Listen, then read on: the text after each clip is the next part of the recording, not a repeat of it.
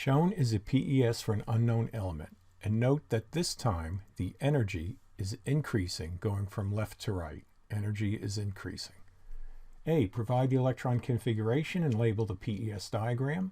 B. Identify what group in the periodic table this element belongs to and how many valence electrons are present. Which element is this? And C. The peak at 0.59 megajoules per mole corresponds to which electrons? Provide the electron configuration and label the diagram. Electron configuration will be written from left to right on this graph since binding energy decreases moving left to right. So this will be the 1s2 because it's the first electrons, and then everybody else here at the same height has the same amount of electrons. So that's 1s2, 2s2, 3s2, and 4s2. Look at this peak. This has a relative number of electrons roughly 3 times the 2s2, so that will be 6 electrons, and that's the 2p6. And then in between 3s2 and 4s2, we have the 3p6.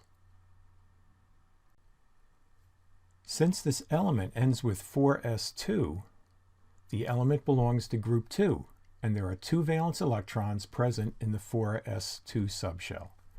So we go to the periodic table and we find out that our element is calcium.